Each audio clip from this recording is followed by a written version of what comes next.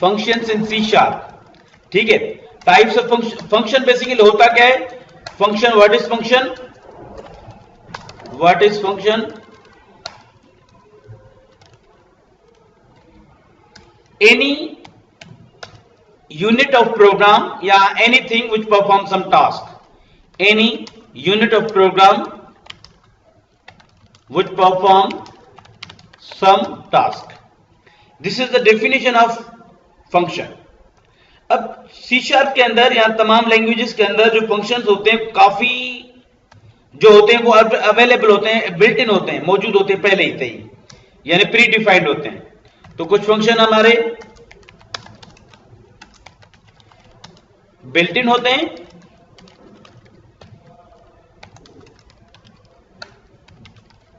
Built in functions को हम pre defined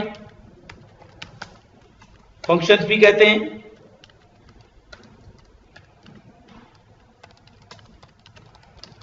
इसी तरीके से हम इनको स्टैंडर्ड फंक्शन भी कह सकते हैं।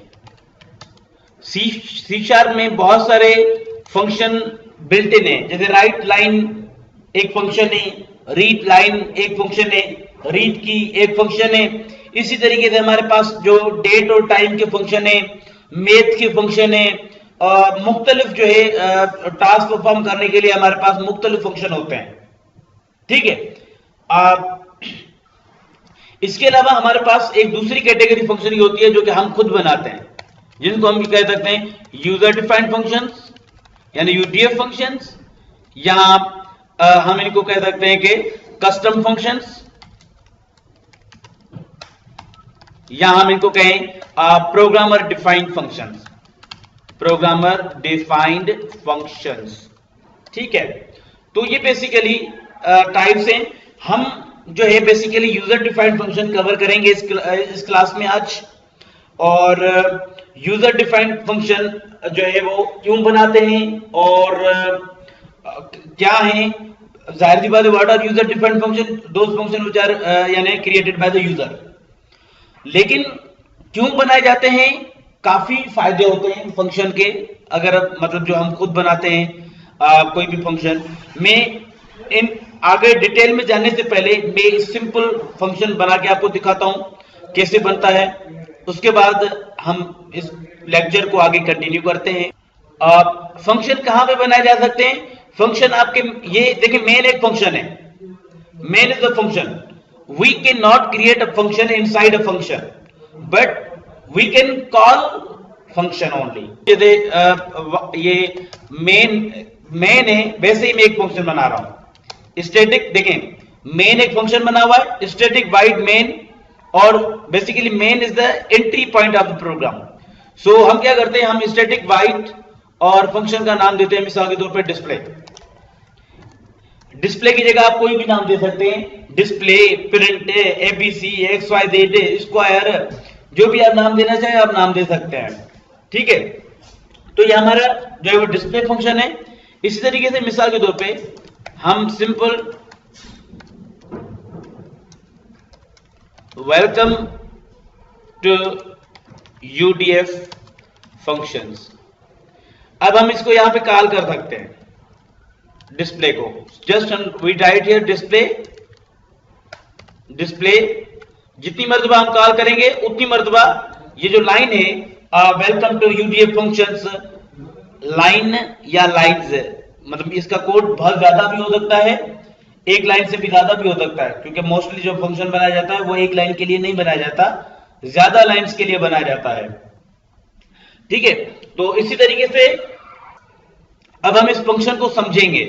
ठीक है, कि हमने क्या क्या क्या है। ये देखिए बिल्कुल वैसे ही है जैसे मेन फंक्शन है,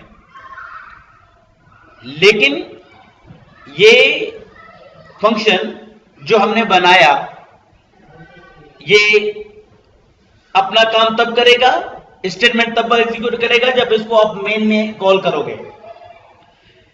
फंक्शन बनाए जाते हैं, जैसे मैंने हाईलाइट किया है कोड, ये फंक्शन मैंने बनाया है। फंक्शन ये चलेगा तब, एग्जीक्यूट तब होगा इसके तमाम जो कोड होंगे, जो टास्क होंगे, वो परफॉर्म तब होंगे जब इस फंक्शन को हम कॉल करेंगे। और कॉल किस में करेंगे? फंक्शन को दूसरे फंक्शन के भी अंदर कॉल किया जा सकता है, लेकिन कोई भी फंक्शन जब एग्जीक्यूट होगा तो लाजमी है कि उसको आप मेन में कॉल करो अगर आप एग्जीक्यूट कराना चाहते हैं डायरेक्ट। तो हमारे जो है, अब अगर हम इसमें इसको देखें, result welcome to UDF, welcome to UDF, welcome UDF, 3 line से एग्जीक्यूट हुई।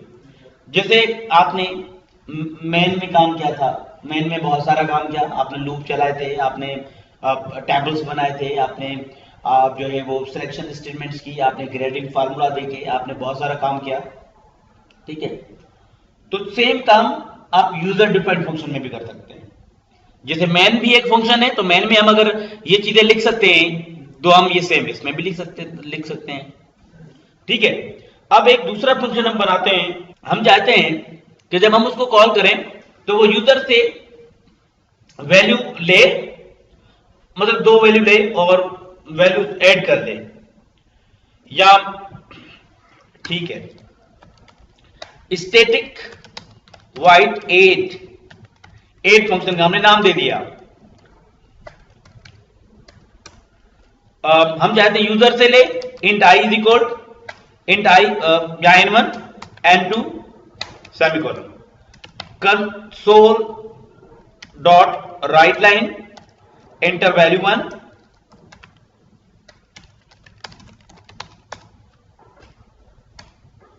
और n1 is equal convert dot to n32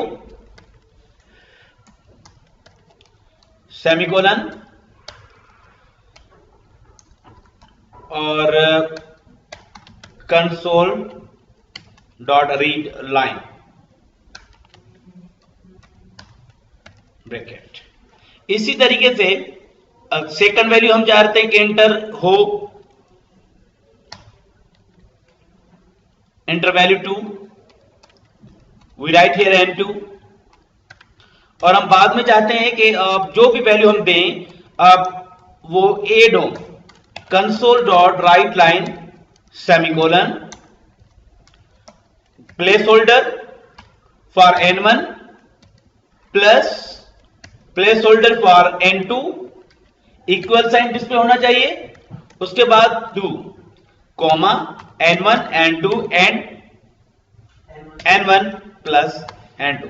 same मतलब ये कि जो हमने काम किए हैं मेन में, जितने भी हमने स्टेटमेंट लिखना सीखे हैं, जो भी हमने एक्सप्रेशंस के बारे में सीखा, ऑपरेटर्स के बारे में हमने टॉपिक किए, हमने मुख्तलिफ टॉपिक किए, तो वो बेसिकली सारे टॉपिक आप एक यूजर डिफाइंड फंक्शन के अंदर भी प्रैक्टिस के लिए कर सकते हैं, लिख सकते हैं। लूप के प्रोग्राम एक यूडीएफ फंक्शन में आप बनाकर एग्जीक्यूट करा सकते हैं।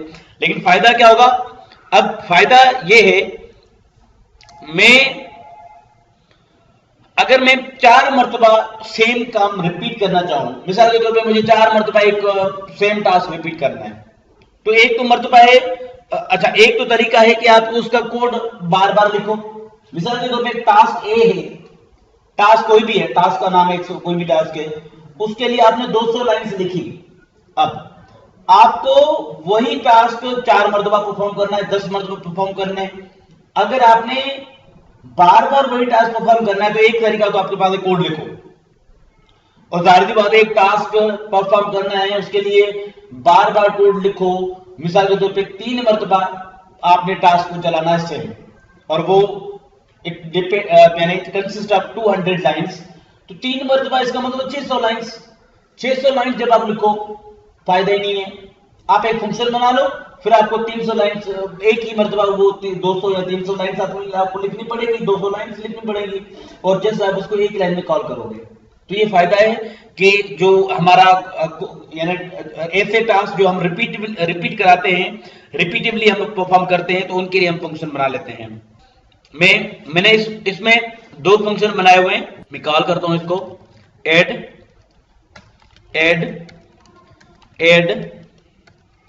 अब ये 3 मरतबा सेम काम रिपीट होगा। अब देखें, एंटर वैल्यू 1, मिसाल के तौर पे 5 7, 5 plus 7 is 12. फिर करा एंटर वैल्यू 1, 9, 4, 13. इसी तरीके से फिर रिपीट हो रहा है 3, 7, 10. अब एंटर वैल्यू नहीं कह रहा है. अब अगर हम देखें जितनी मर्तबा हमने इसको चलाया है, 4 मर्तबा या 3 मर्तबा, 6 मर्तबा, जितनी मर्तबा हमने वहां पर फंक्शन को लिखा उतनी मर्तबा हमारा फंक्शन चलेगा, काम करेगा. अब हमें पॉइंट कुछ समझ में आ गई कि यूजर डिफाइंड का फायदा क्या है. अब मैं यहाँ पे यूजर डिफाइंड फंक्शन को मैं डिफाइन करूंगा और फिर मैं बताऊंगा कि हम क्यों बनाते हैं यूजर डिफाइंड फंक्शंस. ठीक है. The functions created by user or programmer or called user defined functions. User defined functions are used to repeat reuse code. Reusability, जो रीयूजेबिलिटी है वो बेसिकली मेन फैक्टर है इसका, यूडीएफ का. मतलब आपने एक कोड आपने एक मर्तबा लिखा, उसको अभी यूज कर सकते हैं. Just you have to call the function. But how we can work with the function? Working with function,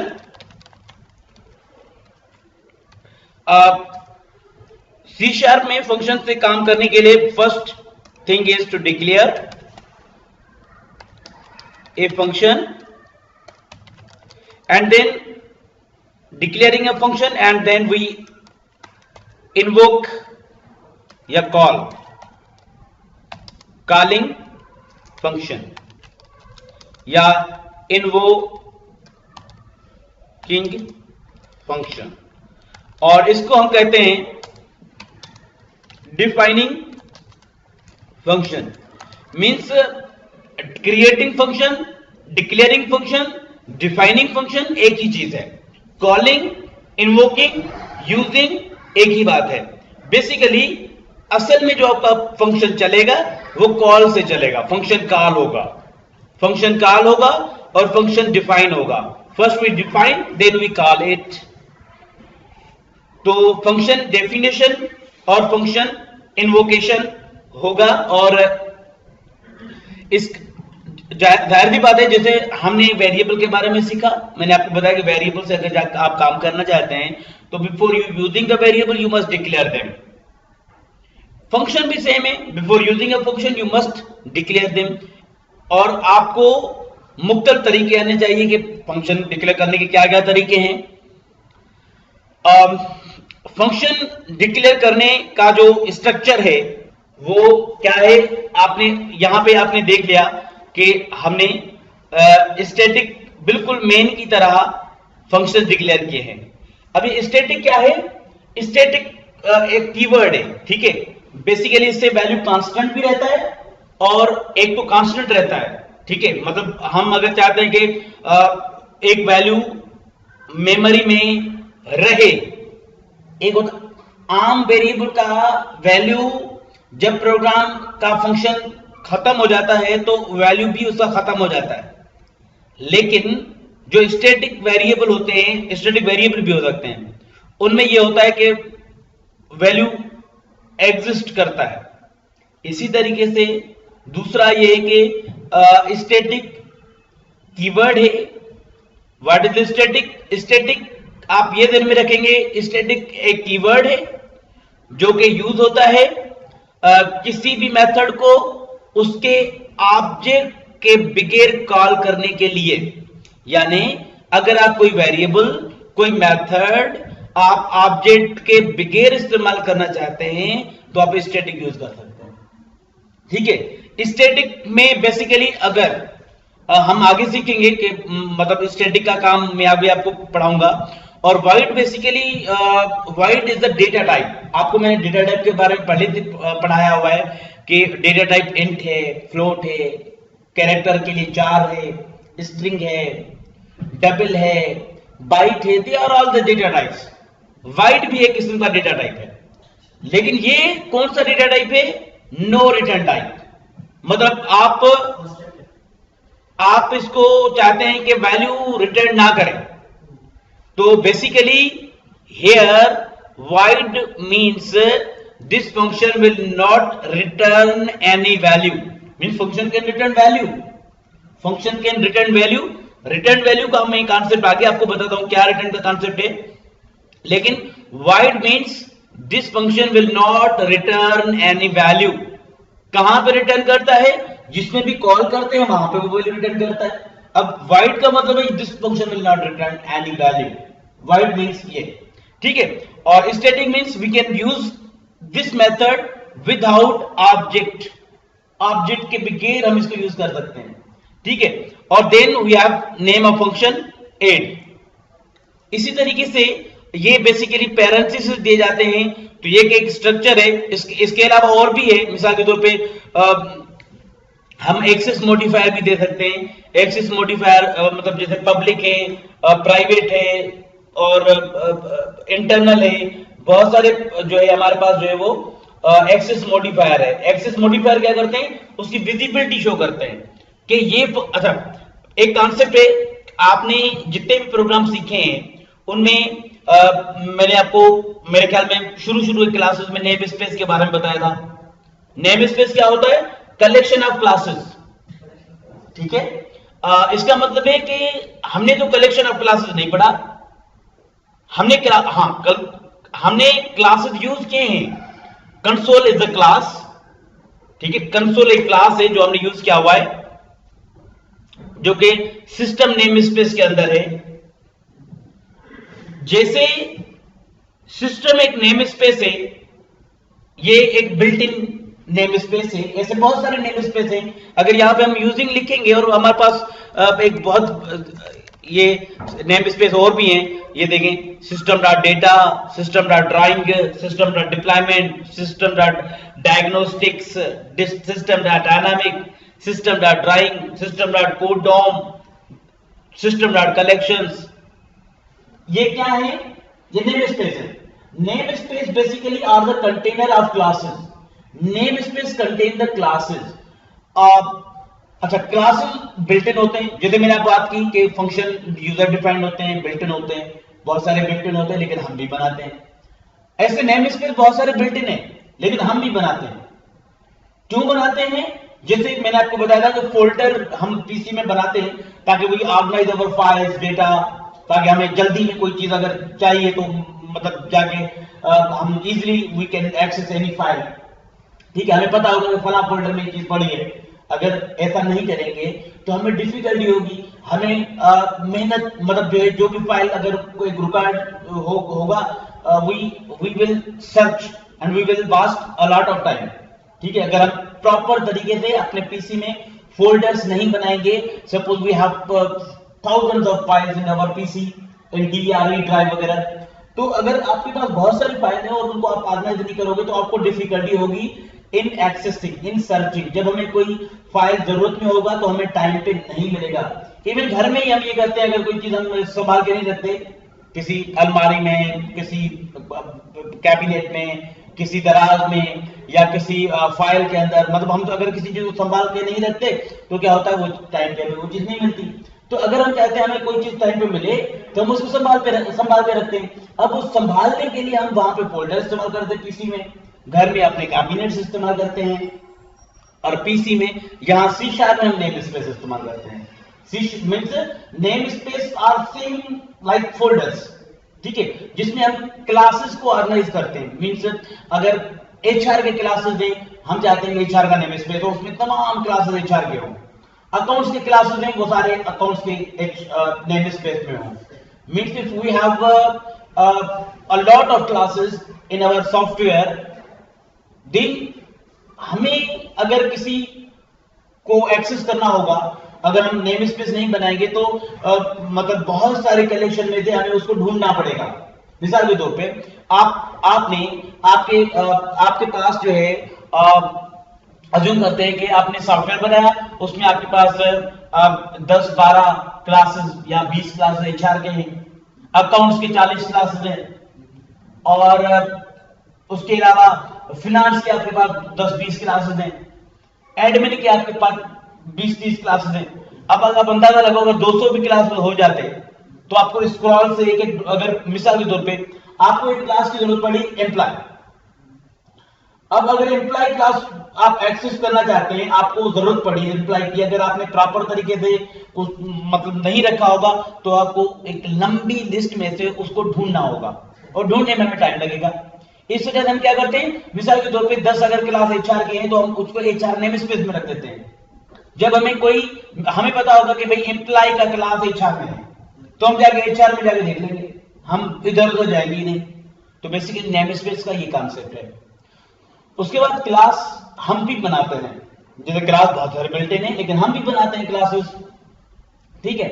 और जो सॉफ्टवेयर के अंदर एक रियल जो लाइव सॉफ्टवेयर होगा आप देखेंगे उसमें बहुत सारे क्लासेस होते हैं, बहुत सारे नेम स्पेस होंगे, बहुत सारे यूजर डिफाइंड मेथड होंगे, क्योंकि method just they perform task but basically a class hold all the methods, all the data, और जितना भी होता है उसमें आपके क्लासेस की सूरत में होता है, एवरीथिंग वी यानी use in through the classes. So जब आप मल्टीपल क्लासेस बनाते हैं तो फिर एक इश्यू आता है कि कौन से मतलब आपके सॉफ्टवेयर के अंदर 100 क्लास हैं, अब आप कौन सी चीज किस क्लास में अलो करते हो, कौन सी चीज किस में अलो नहीं करते। अब ये भी एक फैक्टर होता है कि ये फला मतलब एक मेथड ऐड है, ये क्लास ए तो इस्तेमाल करे, क्लास बी इस्तेमाल करे, क्लास सी इस्तेमाल ना करे, और या कोई और पैकेज इस्तेमाल ना करे। अगर एचआर के अंदर कोई क्लास है या कोई मेथड है या कोई वेरिएबल है वो एचआर के अंदर ही रहे, एचआर की तमाम क्लासेस उसको इस्तेमाल कर सके, और बाहर जो अकाउंट्स का नेम स्पेस है उसमें वो चीज विजिबल ना हो। तो basically we will learn in next classes modifier. Basically modifier होते हैं यानी जैसे पब्लिक प्राइवेट वगैरह, उनसे हम उसको कंट्रोल करते हैं, विजिबिलिटी को कंट्रोल करते हैं कि कहां पे कौन सी चीज यूज हो कहां पे ना यूज हो। तो उसके लिए we will learn access modifiers, ठीक है।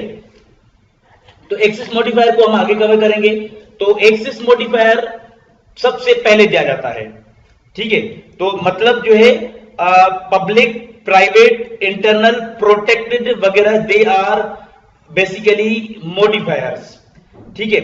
और मॉडिफायर जो है वो आपको पहले देने होते हैं, हमेशा कोई भी चीज आप बनाओगे तो उसमें आपको मॉडिफायर बेसिकली पहले देना होगा। अब मैं सिर्फ अभी तो मैं मॉडिफायर का एग्जांपल इतना डिटेल में नहीं जाऊंगा, मैं सिर्फ सिंपल लिखता हूं यहां पे पब्लिक। ये जो पब्लिक है this is a keyword, which type of keyword we say it as the access modifier because अच्छा पब्लिक एक्सेस मॉडिफायर एक ऐसा मॉडिफायर है जिसके जरिए जो मतलब पब्लिक नाम से जाहिर है कि ये मेथड पब्लिक है, means everyone can use this, every class can use it, every namespace can use it, this is public, ठीक है। पब्लिक प्रॉपर्टी है ये, means it is available in all the namespaces, in all the classes, means it is visible in our whole software। तो जब public कोई चीज बनाते हैं तो उसकी विजिबिलिटी थोड़ी बढ़ जाती है, थोड़ी नहीं बहुत ज्यादा बढ़ जाती है। सिक्योरिटी इश्यू की वजह से हम कभी कभी या वैसे ही हम किसी को पब्लिक नहीं करना चाहते, अगर प्राइवेट बना देते हैं तो प्राइवेट अगर ये बन गया तो ये सिर्फ जिसमें है उसकी प्रॉपर्टी है। अगर ये प्रोग्राम क्लास का है तो प्रोग्राम क्लास के अंदर ही यूज हो सकता है, बाहर दूसरा कोई क्लास उसको इस्तेमाल नहीं कर सकता अगर हम प्रोटेक्टेड कर देते हैं तो। So the whole structure of a method is means if we write here syntax to declare a method, first of all मैं एंगल ब्रैकेट में देता हूं मतलब एक्सेस मॉडिफायर,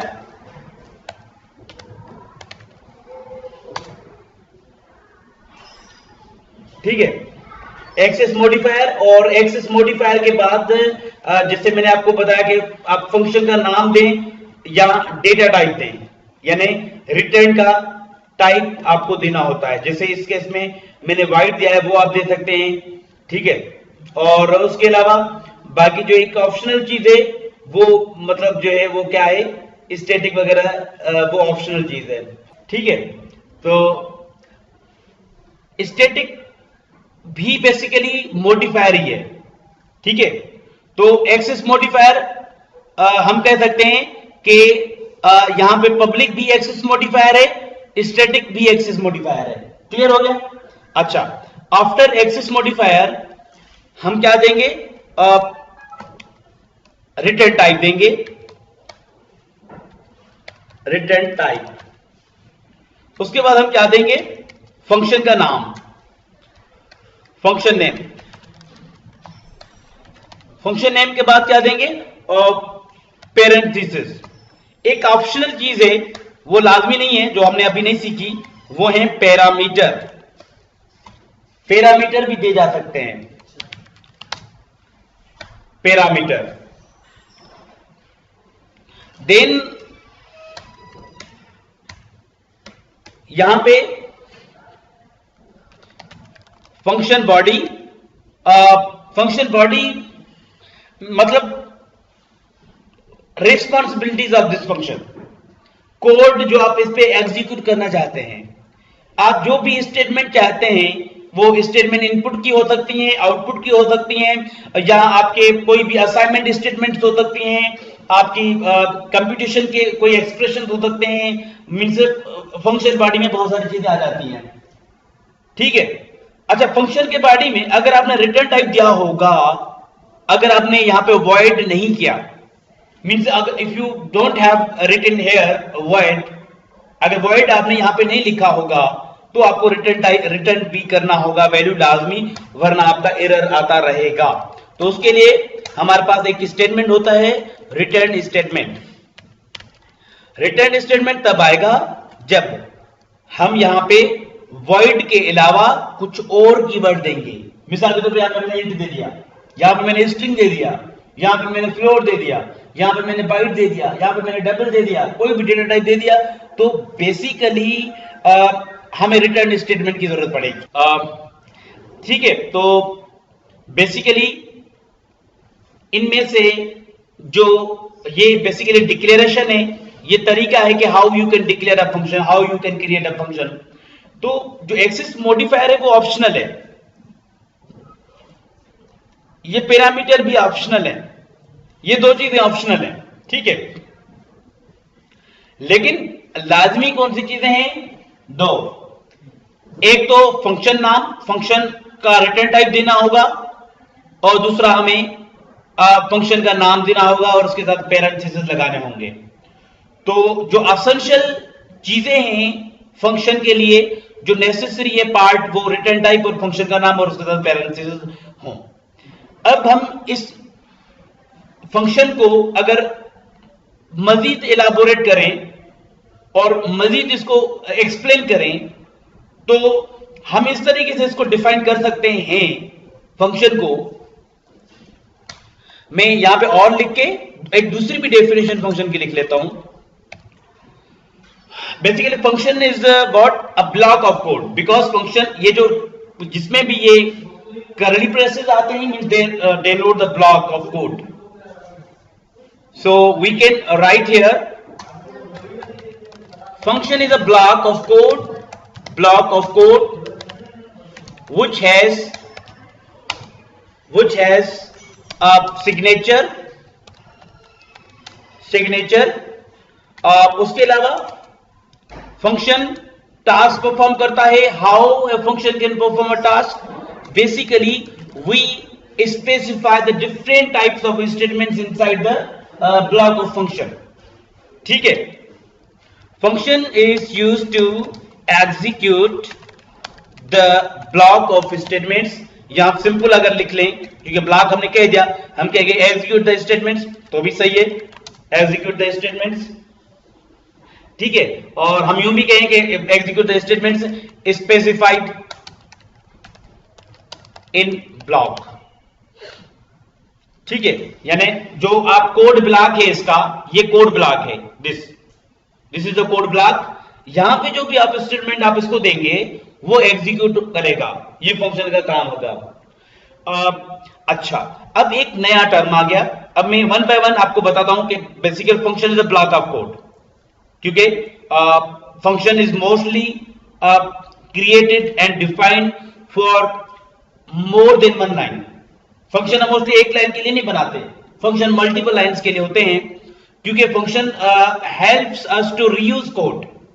जो हमने प्रीवियस डेफिनेशन में लिखा ऊपर, फर्स्ट डेफिनेशन में, कि function reuse the code. Function is the way to reuse code. Reuse में फायदा क्या होगा? कोड रिड्यूस होगा। मिसाल के तौर पे आपने एक काम करना है जो कि 5 मरतबा करना है, और वो काम आप लोग इट का डेट वर्क या डेट टास्क कंज्यूम्स और कंसिस्ट ऑफ 200 लाइंस।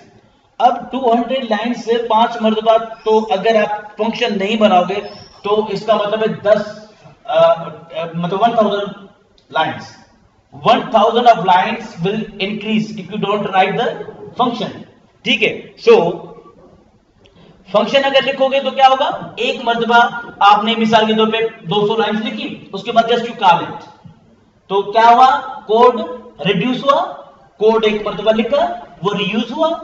अब इस रीयूजेबिलिटी की वजह से इस कोड हमारा जो रिड्यूस हो रहा है, क्योंकि मैंने आपको काफी मर्तबा ये कहा हुआ है कि basically the best programmer is that which reduces the code, which save the resources, which try to save. अब ऐसा भी रिसोर्स सेव ना करे कि सॉफ्टवेयर काम ना करे, बट सॉफ्टवेयर की फंक्शनलिटी पे वही हो, मींस सॉफ्टवेयर कंप्लीट, सॉफ्टवेयर में कंप्लीटनेस हो, मींस सॉफ्टवेयर में जो फंक्शनलिटी हो वो प्रॉपर हो, कोड भी कम हो, और उस परफॉर्मेंस भी वही हो, और जो बेसिकली हमारा जो प्रोग्राम हो और हमारे कम कोड होगा तो हमारी मेमोरी बचेगी।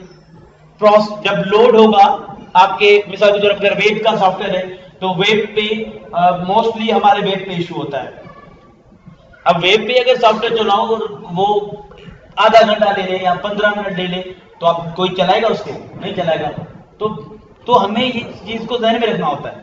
ठीक है, तो अच्छा, तो इस वजह से हमने लिखा है कि फंक्शन रीयूज होता है। Function is the block of code which has a signature. अब इस सिग्नेचर क्या है? देखो, ये जो पैरामीटर हम देते हैं ना, या रिटर्न टाइप देते हैं, पैरामीटर ऑप्शनल है, लाजमी नहीं है आप दें, और रिटर्न टाइप लाजमी है, लेकिन हम इनको सिग्नेचर्स कहते हैं। फंक्शन की सिग्नेचर्स क्या है? रिटर्न टाइप और पैरामीटर्स। क्लियर? पैरामीटर और सिग्नेचर्स, जो रिटर्न टाइप है उसको हम सिग्नेचर्स कहते हैं। Function is used to execute statements specified in the block of code या इन कोड ब्लॉक। ठीक है, तो फंक्शन जाहिर सी बात हम बनाते ही इसलिए कि हमारे जो स्टेटमेंट है, मतलब it must perform a task, it must do something. So first, for doing something by the function, we must specify some statements. अब हमें नीचे अगर हम सिंटैक्स को देखें, हमने जो प्रोग्राम बनाया उसको देखें, उसमें हमारे पास जो पार्ट अगर देखें तो पार्ट हमारे पास बेसिकली कौन से आ रहे हैं? एक access modifier, 2 return type, 3 function name, और 4 पैरामीटर्स।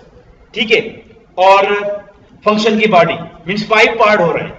सो अगर मैं इंडिविजुअल इसको डिफाइन करूं, इसके पार्ट्स को, तो मैं ये कह सकता हूं कि फंक्शन कंसिस्ट ऑफ, मिसाल के तौर पर मैं लिखता हूं यहां पे क्या, function consist of following components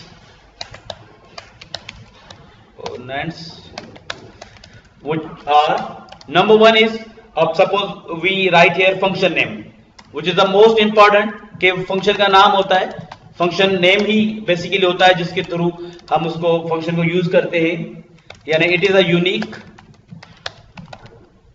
name that is used to make function call। ठीक है, फंक्शन कॉल कर सकते हैं हम। ऑब्जेक्ट ओरिएंटेड प्रोग्रामिंग में आप एक ही नाम के काफी फंक्शन बना सकते हैं, एक नाम के काफी फंक्शन बना सकते हैं। मतलब अगर 8 फंक्शन है, 4 मरतबा 8 फंक्शन हो सकता है ये, लेकिन must have different signatures. Means concept क्या है, आप you can declare multiple function with the same name. 8 function आपने बनाया, 10 मरतबा बना, कोई मसला नहीं है, लेकिन क्या डिफरेंट हो, क्या डिफरेंट हो, सिग्नेचर। क्या डिफरेंट हो, सिग्नेचर। मतलब पैरामीटर और पैरामीटर रिटर्न टाइप। मतलब अगर आप उनको वो डिफरेंट करोगे तो आप बना सकते हो, लेकिन आपको ये अलाउ नहीं करेगा कि आप एक मेथड बनाओ उसके भी सिग्नेचर सेम है, सेकंड मेथड बनाओ उसके भी सिग्नेचर सेम है, ये नहीं अलाउ नहीं करेगा। एक नाम के 2 मेथड हो सकते हैं, लेकिन they must have different signatures. So ये जो कॉन्सेप्ट है, इस कॉन्सेप्ट को हम कहते हैं ओवरलोडिंग है। ओवरलोडिंग का कॉन्सेप्ट हमारा आगे है। जस्ट मैंने आपको बता दिया कि ये नहीं है कि फंक्शन का नाम बस आप एक ही बना सकते हो, उस नाम से फंक्शन, आप मल्टीपल फंक्शन बना सकते हो सेम नाम से, जिस कॉन्सेप्ट को हम कहते हैं ओवरलोडिंग। अच्छा, आफ्टर फंक्शन नेम जो है मैं आपको रिटर्न टाइप के बारे में बताता हूं। ये वो चीजें हैं जो बहुत अहम है, इनके बगैर आपका फंक्शन जो है वो काम नहीं करेगा, आपका एरर देगा, मतलब चलेगा ही नहीं। सी शार्प में, हाँ सी लैंग्वेज में रिटर्न टाइप नहीं भी देते तो मतलब नो रिटर्न टाइप समझा जाता है, लेकिन इसमें सी शार्प में रिटर्न टाइप हमें लाजमी देना होता है। Return type basically it is used to specify the data type of function return value. यानी जो फंक्शन रिटर्न करेगा उसका डेटा टाइप। अगर फंक्शन वैल्यू रिटर्न नहीं करेगा then we must specify void as a return type. जैसे हमने इन function से कोई वैल्यू रिटर्न नहीं कराया तो हमने that's why we have write here void. Void is means no return type. तो बेसिकली इस फंक्शन के अंदर पब्लिक एक्सेस मॉडिफायर है, स्टैटिक भी एक्सेस मॉडिफायर है, वॉइड रिटर्न टाइप है, डिस्प्ले फंक्शन नेम है और उसके ये पैरेंथेसिस है और हमने पैरामीटर दे दिए। क्लियर? अब देखें पब्लिक और स्टैटिक क्या है। देखो फंक्शन पब्लिक स्टैटिक क्या है, एक्सेस मॉडिफायर, दोनों एक्सेस मॉडिफायर है। नहीं वो तो मैं इस वजह में 10 मरतबा बताया आपको क्या है ये, ठीक है। वॉइड क्या है, रिटर्न टाइप है। डिस्प्ले क्या है, फंक्शन का नाम है। क्या है, फंक्शन का नाम है। अच्छा वॉइड क्या है,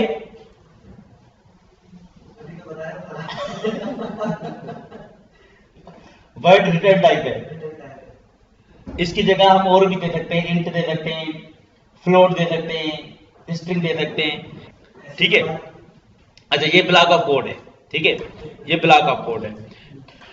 तो इसको कॉपी करके वहां पे भी लिख लेता हूं कि कौन सी क्या चीज है, ठीक है। इनको बाद में देखते हैं। तो ये हो गए इसके पार्ट फंक्शन के 2, और जो तीसरा पार्ट है वो बॉडी है। इसकी बॉडी हम लिखेंगे कि बॉडी में it is a block of code, ठीक है, block of code. It is a block of code that contains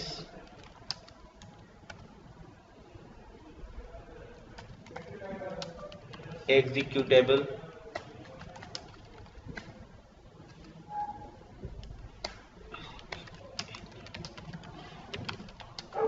और नंबर 4th पार्ट है parameters.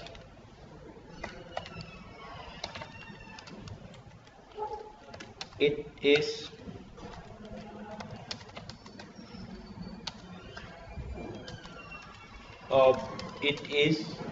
a list of arguments that we can pass to the function call। मैं यहाँ पे note फिर भी लगा देता हूँ। क्या नोट है ये कि एक्सेस, हाँ एक्सेस स्पेसिफायर अभी नहीं लिखा आपने, फिफ्थ पार्ट भी लिख लेता हूँ मैं, जो ऑप्शनल है वो एक्सेस स्पेसिफायर्स। एक्सेस स्पेसिफायर है, मॉडिफायर एक ही बात है।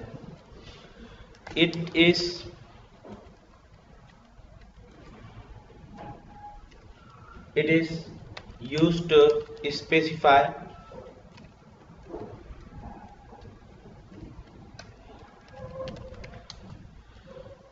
function accessibility in the application। अब हम नोट लगाते हैं यहाँ पे, पैरामीटर्स एंड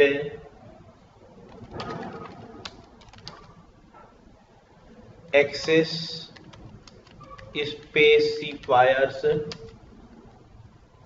ठीक है। एंड उसके अलावा access specifiers and return statement भी हम देते हैं, जो ऑप्शनल है। अगर जाहिर सी बात है, एंड रिटर्न स्टेटमेंट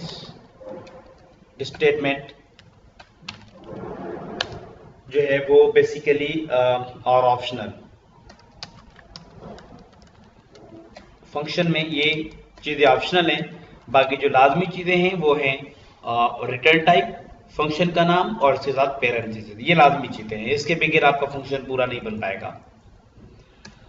बाकी ये इसको एग्जांपल मैं यूं दे सकता हूं, जैसे मैंने ये लिखा है, ये फंक्शन है। अगर मैं इसके भी ऊपर लिखूं कमेंट लगा के, सबसे पहले ये हम फंक्शन डिक्लेरेशन और बेसिकली यहां पे जितने भी हमने काम किए हैं वो फंक्शन कॉल है। हालांकि हम फंक्शन कॉल वो भी इस्तेमाल कर सकते थे, मेन के स्टेटमेंट अलग, फंक्शन कॉल, ये तमाम फंक्शन कॉल्स हैं, ठीक है। हमें इसके साथ console, right line, read line और दूसरी स्टेटमेंट्स यहां पे भी लिख सकते हैं। मिसाल के तौर पर मैं लिख लेता हूं, दिस प्रोग्राम डेमोन्स्ट्रेट्स UDF, ठीक, यूजर डिफाइंड फंक्शंस को डेमोन्स्ट्रेट करता है ये।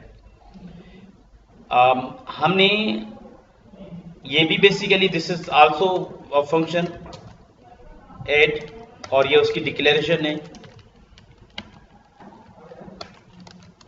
किसी भी फंक्शन को हम कॉल करें, अगर हमने इसमें रिटर्न स्टेटमेंट नहीं लगाया, नो रिटर्न स्टेटमेंट, ठीक है। रिटर्न स्टेटमेंट तब लगाएंगे जब हम सीखेंगे कि how to return a value from user defined function. ये हमारा टॉपिक आएगा तो हम उसमें सीखेंगे रिटर्न स्टेटमेंट को कैसे यूज करते हैं। अब मैं इस पार्ट को कॉल करता हूं इसी प्रोग्राम में। वैसे मैंने कॉल किया हुआ है, लेकिन फिर भी मैं यहां पे अलग से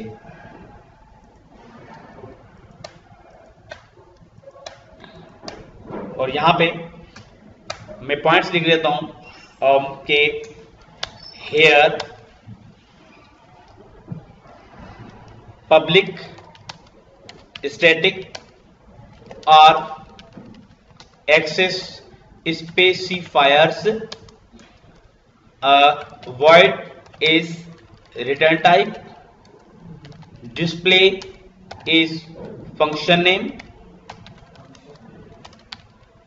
और इसी तरीके से every function is followed by a parenthesis। Function के बाद parenthesis लाजमी आते हैं, फंक्शन की ये निशानी ये है, parenthesis है, ठीक है। उसके बाद उसके पैरेंथेसिस है, इसके बगैर आपको फंक्शन नहीं बनता। अगर किसी भी लफ्ज के आगे आप पैरेंथेसिस देखो तो समझ जाओ कि ये बेसिकली फंक्शन है। पैरेंथेसिस, ये जो छोटे ब्रैकेट है इनको पैरेंथेसिस कहते हैं। इसी तरीके से जो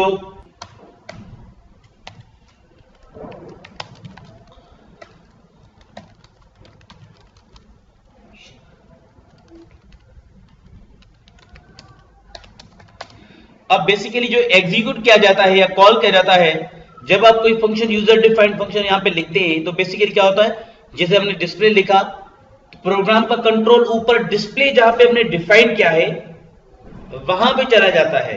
मतलब आपका प्रोग्राम का कंट्रोल यहां पे डिस्प्ले पे आ जाता है और फिर ये क्या करता है, जो डिस्प्ले के अंदर जो भी चीजें हैं, जो भी ब्लॉक ऑफ कोड है वो एग्जीक्यूट होगा। ठीक है, अब हम एक प्रोग्राम और भी एग्जांपल करते हैं जिसमें हम वैल्यू को रिटर्न कराते हैं। फंक्शंस वैल्यू रिटर्न कर सकते हैं, वो भी एक प्रोग्राम हम बना सकते हैं। मिसाल के तौर पे हम ये जो फंक्शन कोई भी बना लेते हैं, फंक्शन का नाम हम रख लेते हैं फॉर एग्जांपल स्क्वायर। स्क्वायर के नाम से एक फंक्शन बनाते हैं, वॉइड स्क्वायर। वॉइड नहीं करते, हम करते हैं इंट स्क्वायर। इंटीजर मतलब वैल्यू रिटर्न करे स्क्वायर। और ये देखिए एरर दे रहा है, ये एरर अगर देखें तो क्या एरर दे रहा है, not all code pass return a value. Return नहीं है, रिटर्न आप लाजमी देंगे इसमें। ठीक है, मिसाल के तो आप क्या रिटर्न कराना चाहते हैं, हम चाहते हैं कि जो भी वैल्यू मैं इसमें दूं वो इसमें रिटर्न हो। रिटर्न क्या हो, मिसाल के तौर पे ये हमसे वैल्यू ले और उसको रिटर्न करा दे। int I is equal to convert dot to int 32 semicolon console dot read line bracket return I multiply I। और इससे पहले हम मैसेज भी देना चाहते हैं यूजर को कि console dot write line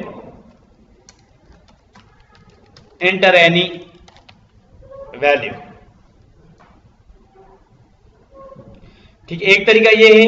अब इसमें बेसिकली क्या करेगा, ये रिटर्न करेगा वैल्यू लेकर, उसको रिटर्न करेगा। डिस्प्ले जो है वो यहां पे क्या जाएगा, इसको कराया जाएगा इसको। मिसाल के तौर पे हम चाहते हैं कि int a is equal to function square.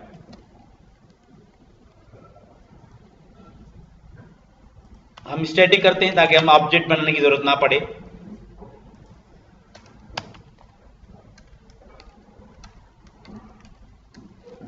And b is equal square. Console dot write line the value of a is 0 ए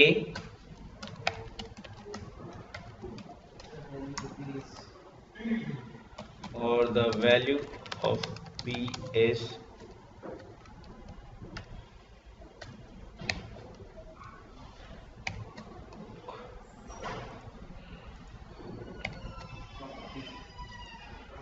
इसको चलाते हैं।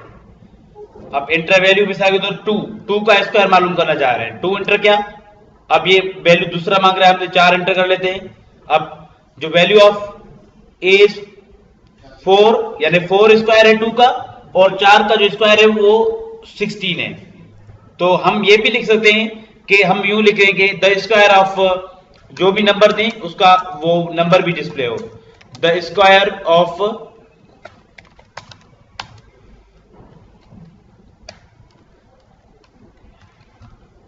प्लेस होल्डर फॉर ए, मतलब जो भी वैल्यू इंटर किया जाए, और उसके अलावा इज, उसके बाद जो भी इसका वैल्यू हो स्क्वायर का वो आ जाए। क्योंकि बेसिकली क्या है, ए का वैल्यू इस प्रोग्राम में जो है वो सेम है, स्क्वायर ही बन के इसको वैल्यू असाइन हो रहा है। तो इस वजह से 2 3, हाँ अलबत्त हम यूं कर सकते हैं कि हम एक फंक्शन को कॉल करें, वो जब अपना काम एग्जीक्यूट कर ले तो फिर दूसरा फंक्शन हम कॉल करें, फिर तीसरा फंक्शन हम कॉल करें।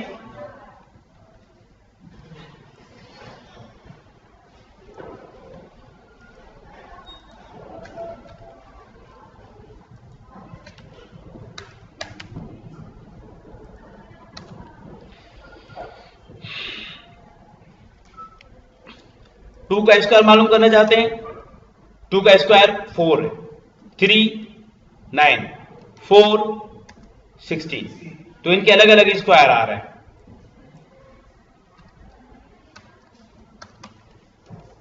अब ये अगर फंक्शन देखा जाए तो ये फंक्शन सिर्फ वैल्यू बेसिकली लेकर, इनपुट लेकर खुद उसको डिस्प्ले नहीं कर रहा, सिर्फ वो दे रहा है।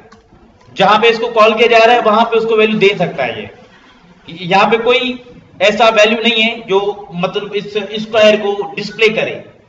हमने डिस्प्ले नहीं कराया इसको, सिर्फ वैल्यू लेकर इसको कैलकुलेट कराया है। तो ये हमारा एक एग्जांपल हो गया जिसमें वैल्यू रिटर्न हो रहा है। एक और भी एग्जांपल करते हैं जिसमें हम चाहते हैं कि वैल्यू जो है वो दोनों काम हो। मिसाल के तौर पे हम चाह रहे हैं ये वैल्यू यहां पे ना दिए जाए, ये वैल्यू यूजर इनपुट ना करे, लेकिन यूजर हम कैसे देना चाहते हैं, हम इसमें पास करना चाहते हैं वैल्यू। पास कैसे करेंगे, इंट कोई भी आप एक फॉर्मल वेरिएबल पैरामीटर आप यहां पे लिखेंगे। मिसाल के तौर पे मैं इंट x, बेसिकली होगा क्या, इस x की जगह या i की जगह वैल्यू आ सकता है। अभी रिटर्न क्या करेगा, जो भी i का वैल्यू होगा वो i से मल्टीप्लाई कर देगा। अब इसका कॉन्सेप्ट क्या है कि हम इसमें वैल्यू दे सकते हैं और हम डायरेक्ट इसको यूज कर सकते हैं। कंसोल डॉट राइट लाइन, मिसाल के तौर पे हम लिख रहे हैं the square of 2s plus square और इसमें 2 पास कर लेंगे। इसी तरीके से जिस का हमें स्क्वायर चाहिए, 3 का चाहिए, 4 का चाहिए, 5 का चाहिए, हम इसमें वैल्यू पास करेंगे। ये देखें, square of 4 is 2 is 4, 3 is 9, 4 is 16 and 5 is 25। तो इनके तमाम अब बेसिकली ये एक पूरा फंक्शन बन गया। ये जो स्क्वायर है, अगर मैं यानी इसमें एक्सेस मॉडिफायर भी है, रिटर्न टाइप भी है, फंक्शन का नाम भी है, पैरामीटर भी एक है और रिटर्न स्टेटमेंट भी है।